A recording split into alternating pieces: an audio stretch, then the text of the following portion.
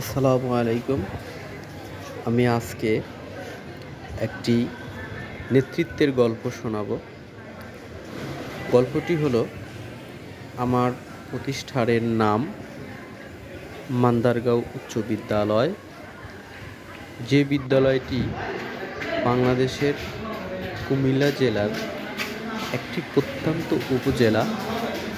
উপজেলাটির নাম মনোহরগঞ্জ উপজেলা। এই উপজেলার একেবারে শেষ প্রান্তে অবস্থিত আমার এই বিদ্যালয়টি।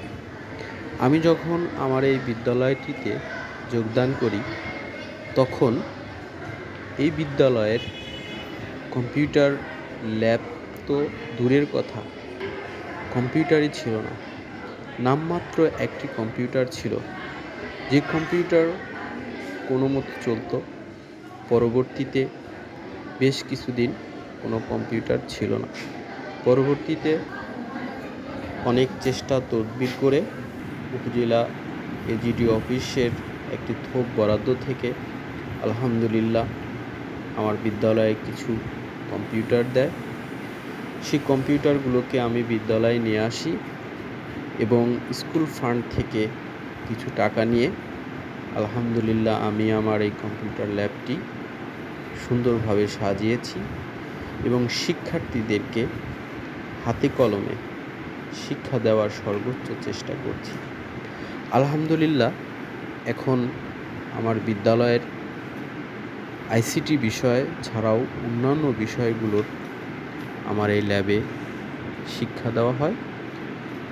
আমি বিশেষ করে আমার শিক্ষার্থীদেরকে প্রতিটা ক্লাসেই আমার ল্যাবে নিয়ে আসি এবং তাদেরকে হাতে কলমে শিক্ষা দেওয়ার সর্বোচ্চ চেষ্টা করি।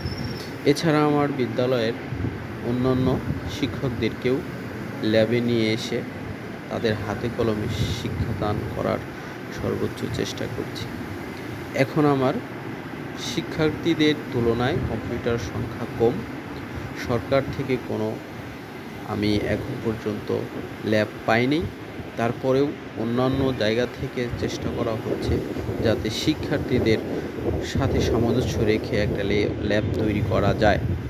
তো আমার যে অবস্থা এখন আছে, এটা দিয়েই আমি এখন আমার সাধ্যমতো চেষ্টা করে যাচ্ছি। শিক্ষার্থীরাও আনন্দ ঘন মুহূর্তগুলো উপভোগ করছে। তারা নতুনত্ব শেখার সর্বোচ্চ চেষ্টা করছে। এই চেষ্টা তাদেরকে আনন্দিত করছে। তারা আমার কম্পিউটার ল্যাবে এসে নিশ্চিন্তে শেখার চেষ্টা করছে। ধন্যবাদ সবাইকে। আসসালামু আলাইকুম।